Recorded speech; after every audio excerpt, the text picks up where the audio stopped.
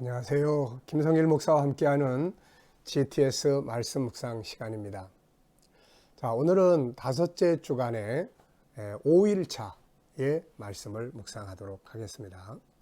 5일차 묵상은 사람의 마음 이해하기입니다.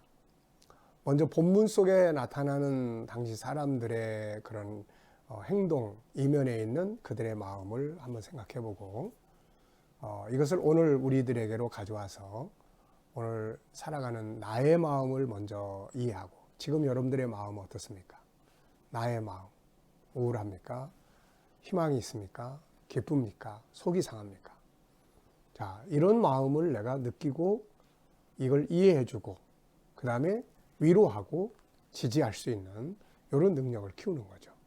또 옆에서 같이 살아가고 있는 사람들, 가족들, 이웃들, 동료들, 이들이 지금 어떤 상황 앞에서 가지고 있는 그 마음을 다 알 수는 없지만 그래도 그 마음에 공감해주고, 많이 힘들겠다, 공감해주고, 그리고 내가 뭘 도와줄 수 있을까 지지해주고, 이러면 좋은 관계들이 되는 거죠. 그 속에서 행복도 하는 거고, 그 속에서 우리들의 삶도 또 성공적으로 이렇게 만들어 갈 수가 있게 되는 거죠. 요즘처럼 어떻게 보면 좀 우울하고 좀 두렵기도 하고 이런 때는 특히 이렇게 자기 마음 관리, 다른 사람의 마음을 잘 이해하는 이런 관계, 이게 잘 돼야 합니다. 그리고 항상 세상은 항상 양면성이 있어요. 그래서 어느 걸 딱 놓고, 자, 검은 색깔을 찾을 거야, 붉은 색을 찾을 거야. 같은 사건을 놓고도, 자, 긍정적인 부분을 찾을 거야, 부정적인 부분을 찾을 거야. 자, 이런 부분들을 우리가 선택을 하는 거죠. 아무리 우울한 사건 속에서도 긍정적인 부분을 찾으면 긍정적인 부분이 또 있는 겁니다, 이게. 그래서 그 긍정적인 부분을 자꾸 찾아서 가려고 하는 것. 이것이 우리가 해야 될 일이죠. 신앙은 부정이 아니고 긍정이에요. 신앙은 모든 면 속에 긍정의 요소가 있습니다. 이것을 우리가 오늘도 잘 찾아서 본문을 묵상하면서도 희망의 요소를 찾아서 오늘 하루도 승리할 수 있기 바랍니다.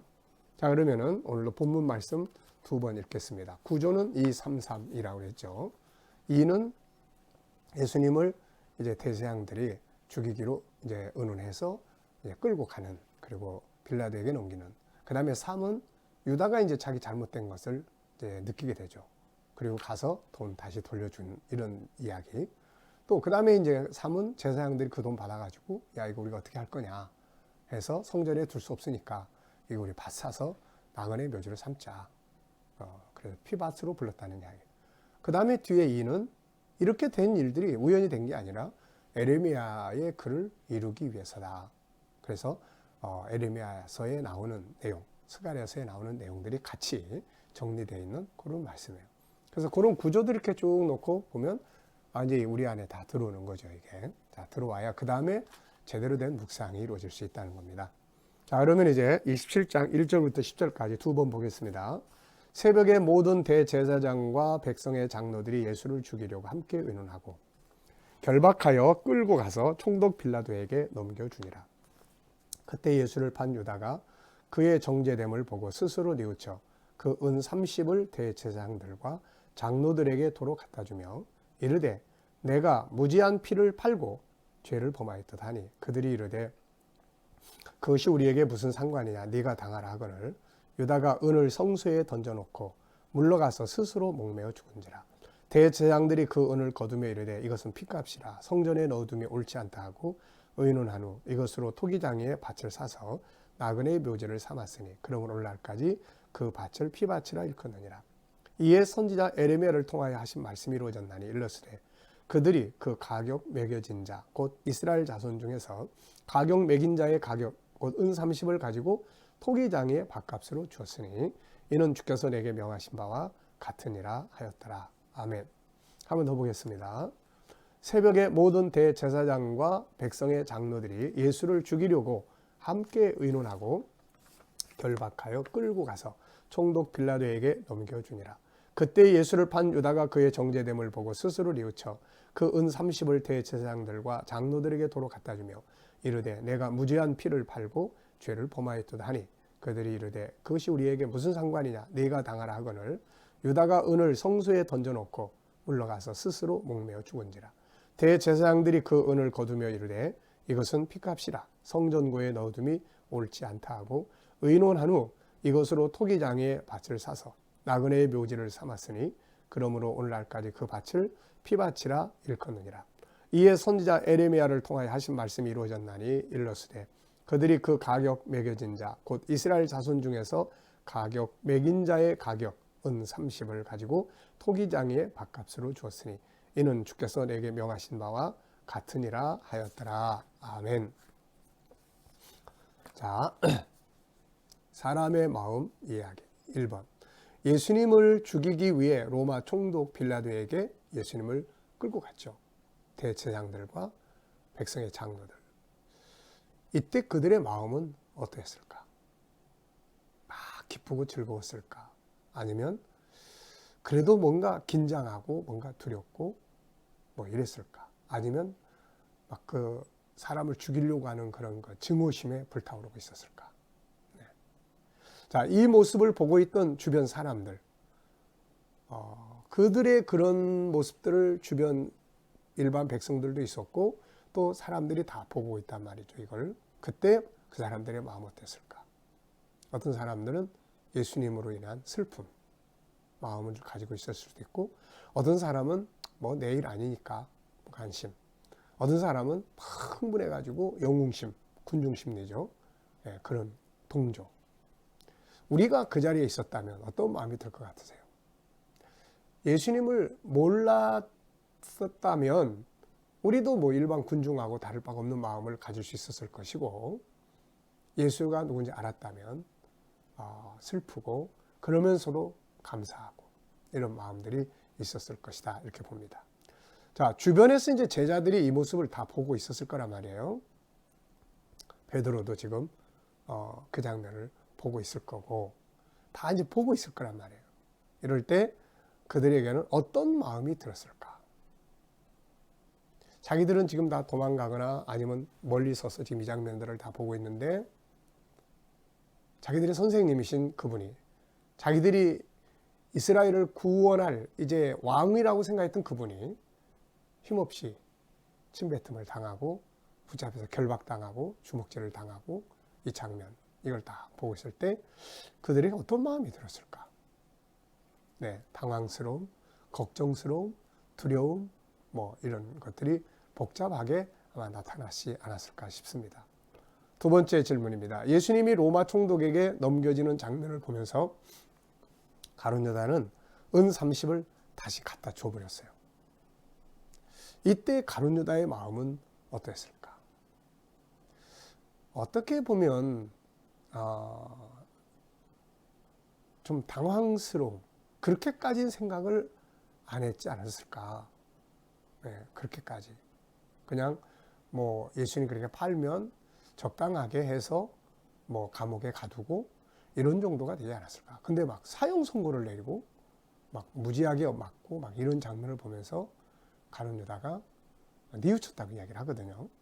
그래서 좀 당혹스러움, 그리고 괴로움, 내가 왜 그랬지라고 하는 후회스러움 이런 것들이 있었을 것이다 이렇게 생각이 듭니다. 자, 가룟 유다의 모습을 보면서 느낄 수 있는 건 뭔가? 자, 가룟 유다가 참 다양한 모습을 보여주고 있어요. 우리가 이렇게 심리적으로 보면 정말 처음에 예수를 팔아 넘겼을 때, 물론 영적으로는 마귀가 그 안에 들어갔다고 이야기를 해요. 근데 현실적으로 보면은 굉장히 자기가 뭔가 기대했던 것이 이루어지지 않았을 때 상대적으로 그분을 이용해서 뭔가를 얻으려고 했던 이런 거. 그러면서도 또 그분이 그렇게 모진 고난을 받는 장면들을 보면서 오는 그런 괴로움. 이 인간의 어떤 자기 이익을 추구하고자 하는 인간의 본능에서 나오는 그런 심리 상태들이다 이렇게 봐요. 그러고 나서 내가 이거 뭔가 잘못된 것 같다. 참 깨닫는 건 참 좋은 거예요. 깨닫는 거. 참 깨닫는 거는 참 좋은 겁니다. 그런데 여기서 가룟 유다가 마지막 선택한 그것을 보면은 돈을 돌려주는 데까지는 참 괜찮았는데 마지막 선택하는 그 장면을 보면은 우리가 일상에서 많이 보고 느끼는 것들이에요. 특히 저는 이제 상담을 많이 하다 보니까 상담할 때 주로 많이 보는 장면들이에요. 이게 보통 사람들이 뭐 나는 엄마로서 자격이 없어. 나는 뭐 내가 이렇게 잘못해서 그런 거야.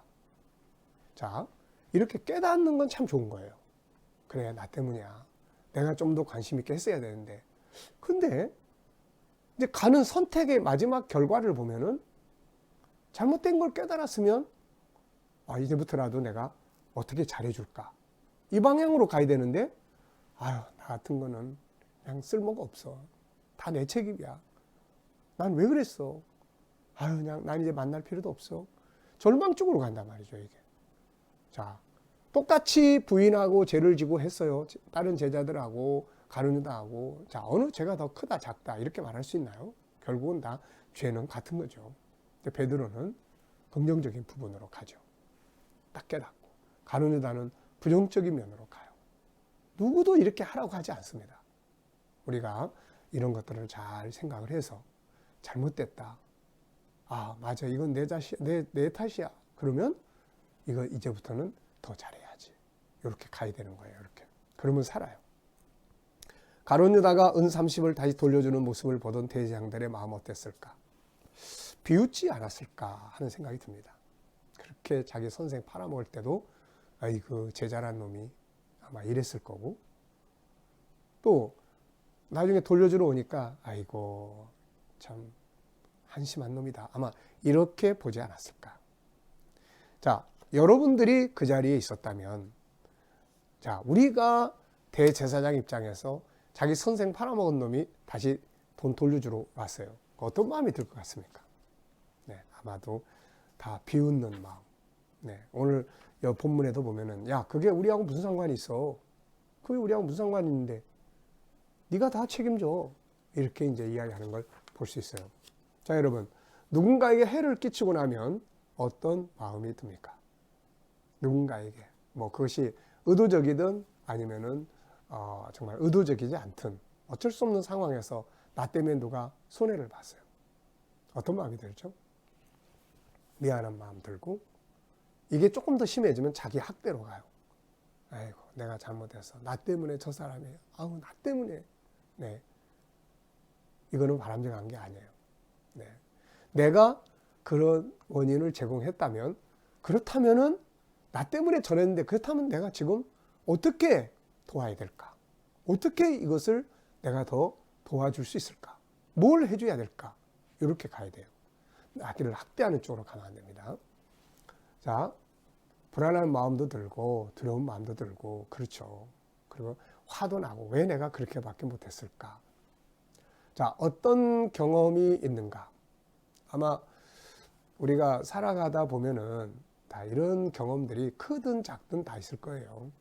사람은 다 나를 중심으로 생각하고 판단하고 길을 가기 때문에, 그렇다면 옆에 사람이 이게 공감대를 이루지 않은 상태에서 졸졸졸졸 따라와야 된다면 음식 하나를 먹어도 사실 그 사람의 마음은 상하고 있는 거거든요, 이게. 자, 우리도 그런 경우들 많이 있죠. 자, 이제 정리합니다. 정리해 보겠어요. 본문을 정리하면서 감사한 것은, 계속 이 본문들을 보면은 내가 그 자리에 있지 않았다는 것이 참 감사해요. 가룟 유다가 되지 않았고, 참 베드로의 입장에 있지 않았고, 대제사장들의 그 자리에 서서 그 역할을 하지 않았다는 게 참 감사하고, 본문을 정리하면 기억에 남는 것, 가룟 유다의 뉘우침, 뉘우침 참 좋은 건데, 그러면서 스스로 자기 삶을 마치는 참 안타까운 선택이에요. 이런 것들은 우리가 꼭 기억해서 깨닫고 나서 잘못됐다 싶으면 좋은 쪽으로 회개하고, 그리고 더 열심히 살고 더 열심히 잘해주고 그러면 되거든요. 네. 자, 오늘 말씀 속에서 느껴지는 하나님의 마음은 무엇인가? 자, 하나님이 우리한테 뭘 원하시겠어요? 오늘 본문을 쭉 보면 우선은 너희들은 이런 자리에 서지 마라는 하나님 마음이 있을 것 같고요. 예수님 팔아먹는 이런 자리. 또 하나는 너희도 예수님의 이런 내용들을 잘 믿음으로 받아들여. 예수님이 이렇게 하는 것들, 무관심하지 말고 감사하고 받아들이고, 그리고 너희들도 예수님이 걸어가신 이 길을 이런 일들이 부딪힐 때 묵묵하게 가줬으면 좋겠어. 아마 이런 말씀들이 주님 아버지의 마음이 이 속에 담겨 있지 않을까 이렇게 생각을 해봐요. 자, 질문을 만들어 봅니다. 자, 2절에 보면은 예수님을 결박시켜서 끌고 갑니다. 이 사람들이 결박해가지고 끌고 가요. 참 비참한 이야기예요. 전능하신 하나님이 사람들에게 이렇게 강도처럼 묶여가지고 결박당해서 끌려가는 이 장면을. 자, 그의 결박은 우리에게 무엇을 얻게 하였는가? 이게 중요한 거예요. 단지 예수님이 결박당한 거 보면서 너무 불쌍하다 막 이것만 보면 안 돼요. 그 결박이 나를 자유케 하는.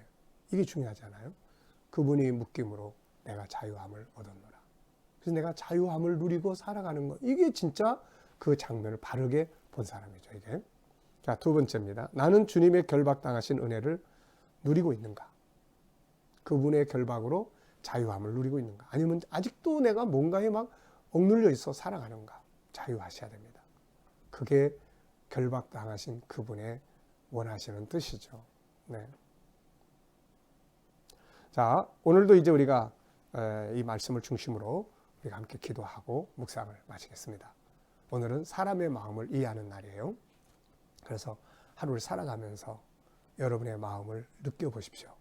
그리고 그 마음을 위로하고 지지하고 이해해주고, 또 상대방을 그냥 대하지 말고 아이나 부모나 동료나 누구든지 간에 저렇게 할 수밖에 없는 그 속에 있는 마음을 좀 이해해주고 공감해줄 수 있는 그런 하루가 되시기 바랍니다.